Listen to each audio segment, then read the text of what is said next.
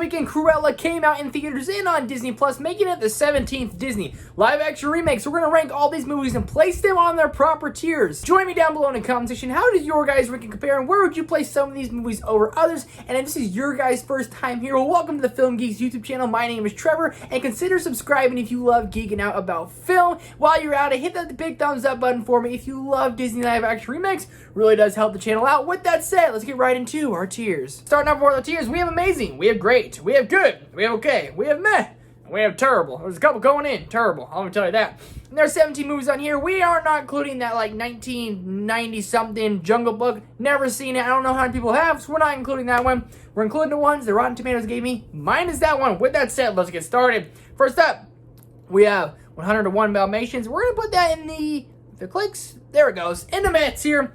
We're gonna take 102 Dalmatians and put it in the meh tier as well. Especially now after seeing Cruella, seeing Glenn Close's Cruella and Emma Stone as Cruella. Emma Stone is so much better as Cruella.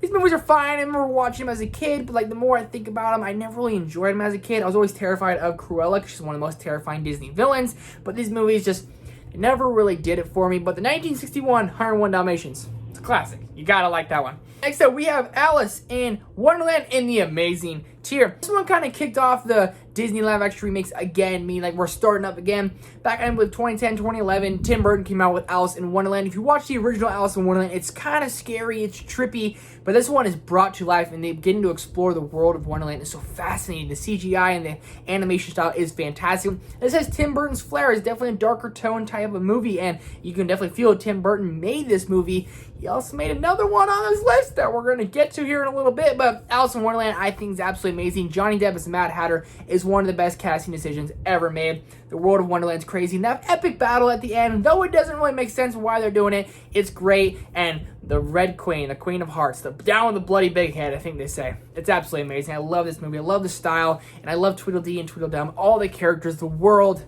I love it a lot. Then we got Alice Through the Looking Glass, gonna go in the terrible tier. All right, Alice Through the Looking Glass is absolutely terrible. It does what a lot of sequels do. There's cash grabs, and that's the problem with lots of sequels, and it makes me so upset. That's exactly what this is. I love the first Alice in Wonderland. I've tried to watch this one so many times. I can never get through it, how bad it is. I've fallen asleep almost every time watching it. It is absolutely 100% terrible. Then we have Maleficent going in the great tier. I absolutely love Maleficent. I really enjoy this one. Angelina Jolie is fantastic. This is the first time we got to see a villain origin story like we just did with Cruella. We got that first with Maleficent, one of the most like iconic Disney villains of all time, into a dragon, all of that. That's Maleficent from Sleeping Beauty. This isn't a Sleeping Beauty live action remake. It is Maleficent, her own story, and Sleeping Beauty comes second. And Maleficent, Angelina Jolie, this world and her as a character, they make her so relatable, and you can just fit right there with her. Do a great job making her a relatable character because she's trying to be a mother, and like certain decisions she makes you do not enjoy, and other decisions she makes you are just right there on board with her. Very relatable movie, very great movie. Then we have Maleficent 2, Mistress of Evil, putting that one in the great tier as well. This is a sequel done right. We got to explore more on the world, more on the character. It's not kind of the same thing rehash. And it's not just a cash grab. Yes, it did make money, but it wasn't just 100% a cash grab. We got to explore the world a little bit more. Maleficent and Aurora are kind of like hand in hand together now. So what is Sleeping Beauty Aurora going to do? Aurora is getting married in this film. We get to see Maleficent, how she has to deal with that, how people are trying to like take over her power and trying to really kind of go after Maleficent. We see her deal with lots of adversity and trials and tribulations throughout this film. At the end is extremely epic, and this movie is vibrant. It's amazing. Those acts of heroism, those acts of betrayal, and it's what you want from a sequel. Something that continues on the story nicely, but also something completely different. That's what we got. I absolutely loved it. Then we have the Jungle Book. Jon Favreau's Jungle Book. I'm putting that in the great tier as well. I've always been a little less high on this one than anyone else, but the animation style on this is absolutely fantastic. You get invested back with these characters, and the only thing is, I'm not the biggest fan of the original Jungle Book, so this one never hit that hard with me. Still a great movie. Still love the animation style. I really love Jon Favreau, but I never really enjoyed the first original Jungle Book all that much, so I can't really relate to this one and love it like everyone else does. Wow. And we have Beauty and the Beast going in the amazing tier. Arguably the best cast of all these movies. You have Emma Watson, Luke Evans, Josh Gad, Ewan McGregor, Ian McKellen, I believe Emma Thompson in there. Do I need to go on? And Dan Stevens as the Beast. Beauty and the Beast is one of my favorite anime movies of all time. So see that brought to the big screen. Seeing my favorite Disney princess Belle brought to the big screen. Seeing my favorite Disney villain brought to the big screen. I'm a big fan of Beauty and the Beast, if you can't tell. Belle is my favorite Disney princess. Gaston is my favorite Disney villain. We see all of them brought to the big screen. The animation style is fantastic. The musical numbers are so awesome, especially the Be Our Guest musical number with Ewan McGregor's Lumiere. So awesome. It's colorful. It's epic. It's grand. Overall, it's amazing. But the unsung hero is Le Fou, played by Josh Gad. He's great. And we have Christopher Robin. I'm going to put Christopher Robin in the good tier. Every time I do these rankings, if you watch these over the last couple years, this has always been in the meh tier or the bad tier. But the more I'm thinking about it, I like it a little bit more and more. And that's because I really do love Ewan McGregor. He plays an adult version of Christopher Robin. They're going to go on one last friend adventure together. And this one is definitely a little bit darker. It's definitely maybe not for the kids, more for the adults who kind of grew up with Winnie the Pooh, because it is past the generation for kids now. So we grew up with Winnie the Pooh. I was watching them all my life, so we get to see them grow up and how Christopher Robin basically becomes a kid again and goes on one last adventure with Pooh and Piglet and Eeyore, Tigger. It's kind of cute, and the more I think about it, the more I like it. Then we have one of the worst movies I've ever seen in my life, ever. Dumbo. Terrible. Not even saying nothing about it. It's terrible. Michael Keaton, terrible. Everything else, terrible. When Dumbo's flapping his ears, awesome. That's only for like 20 minutes. Everything else, terrible. Absolutely. God awful. Terrible. I can't stand it. Then we have Aladdin, directed by Guy Ritchie, arguably my favorite director of all time, putting him in the amazing tier. Will Smith as a genie is honestly perfect. It's so much different than Robin Williams, and we knew that he wasn't going to be able to beat Robin Williams. Robin Williams is an iconic genie, but what is he going to be able to do that's different? And he does a really dang good job. And Guy Ritchie, I wouldn't have chosen to direct this film, but I'm so glad he did. Musical numbers are grand and colorful and vibrant, and you just feel them, and the iconic songs are all there. And Aladdin is one of Disney's best animated movies to see that brought to light with the genie, magic carpet, you have Raja, you have Aladdin himself, you have Princess Jasmine. The only problem I have with this film is Gaston. Other than that, the Disney magic is there. You feel it. You get invested in this movie. And you think they're making a sequel? I'm all for it. As long as the Jafar guy is better, because he sucked, but sucks so bad. Then we have The Lion King, which I'm going to put in the good tier because it's the same exact movie as the original Lion King, so that's got to be good. When I first saw this movie in 2019 now, I loved it. I was so high on it. I gave it almost 100%. I saw it in theaters again, second time. Liked it just a little bit less. Watched it at home. I said, yeah, I'd rather just watch the animated version of The Lion King over this one, because that's exactly what it is. And the things they changed, wasn't the biggest fan of. I think the demise of this film was that it is based on an all-animated film. The animals look amazing. The lions and hyenas all look so real. That was the problem. The lions and them had no facial expressions whatsoever. So Mufasa's death, you didn't really feel it. Timon and Pumbaa, when I sing Hakuna Matata, you're not just all that invested in it.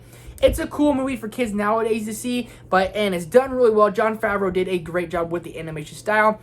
But The Jungle Book was a lot better than Lion King. I wish Jon Favreau went a little bit different, just added a little bit more flair in there and made them have facial expressions, because it's very bland and it's hard to get invested in. Then, the reason we are doing this Disney live-action remake tier ranking, Cruella de Vil, in the amazing tier, the best Disney live-action remake. I'm saying it. I absolutely love this film. Only problem I have is about the first 25 minutes is a little bit slow. It takes a little bit of time to find its footing. Once it does, Emma Stone's becoming Cruella. It's her origin story. It is epic. Think of Birds of Prey meets Devil Wears Prada and put that on the screen, and it is awesome. This movie is big on fashion. It's big on Cruella, who she is, why she is the way she is, and what happened in her life, and why is she so angry? Why is she so evil? We find that all out. You make her relatable, you get her to root for her, and there's things she does in this film that is villainous that you just don't like, but you have to remember, she is a villain. Emma Stone kills it, and I'm not lying, Emma Stone is Oscar-worthy as Cruella de Vil. And this costume design and production design, if this doesn't get Oscar buzz, I don't know what will, folks. Cruella, it's amazing. Might be my favorite movie of the year. Gotta find out. It's good. Then we have Cinderella. Putting that in the good tier. Cinderella was a lot of fun. The Disney magic you really feel in this when the carriage is all there and Cinderella's dress turns to that beautiful blue dress. It's awesome. It's the original Cinderella story, so that's what's really good to see about it. So we've seen so many rehashes of a Cinderella story with the Mean Stepsisters, the Wicked Stepmother, and then Cinderella. We've seen it from Into the Woods, the Cinderella story, countless other movies. But this is the true Cinderella story brought back. Richard Madden is Prince Charming. This movie's sweet. It's the Disney magic, and it's really good. It's really good, and I like it quite a bit. Then we have Mulan. Another one of the worst movies I've ever seen in my life. It is terrible. I mean, I love the original Mulan, but this movie is buns. It's trash. Think of every bad adjective. That's what Mulan is. It's terrible. Cannot stand it. whatever, whatsoever. Can't stand it. Never watch it again. Ugh, makes me so upset. Then we have Lady and the Tramp. Gonna put that in the okay tier.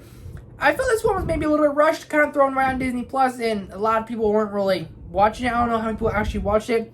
It was just okay. The animation style wasn't all that great, and I felt like a movie that was on Disney Plus. That's exactly what it felt like a streaming movie, straight to streaming movie. An iconic classic scene with the spaghetti and all that, but it's just one of those movies that kind of falls through the cracks of being an okay movie in the Disney live action remakes. Then we have Peach Dragon. I'm gonna put that in a good tier, just for the animation style alone. I have not seen the original Peach Dragon, so I don't have that like emotional tie to this. Just like with the Jungle Book, I don't really have that emotional tie to this movie. And the animation style is great. The cast, the voice cast is all amazing, and the dragon, Peach Dragon, looks amazing. So everything about it like works really well for the Disney magic side. I need to see the original. Maybe I can appreciate this one just a little bit more. The animation style is great. Still a dang good movie. That's going to do it for this tier ranking. Before we go, we're going to call these guys from best to worst. 1 to 17. What's going to come first? What's coming last? Let's do this lightning round. Number 1, Cruella. Number 2, Aladdin. Number 3, Beauty and the Beast. Number 4, Alice in Wonderland. Number 5, Maleficent. Number 6, Jungle Book. Number 7, Maleficent 2, Mistress of Evil. Number 8, Christopher Robin. Number 9, Cinderella. Number 10, The Lion King. Number 11, Peach Dragon. Number 12, Lady and the Tramp. Then 101 Dalmatians. 102 Dalmatians. Then Alice Looking Glass. Then Mulan, then Dumbo. They should not even be counted for. They are terrible. What is your guys' ranking? Comment it down below. What movies would you place over others? What did you guys think of Cruella? Thank you guys so much for watching. If you make it to the end of the video, as always, hit that thumbs up button for me. Hit that subscribe button for me. Really help your boy out. Thank you guys so much for watching. I'll see you in the next one.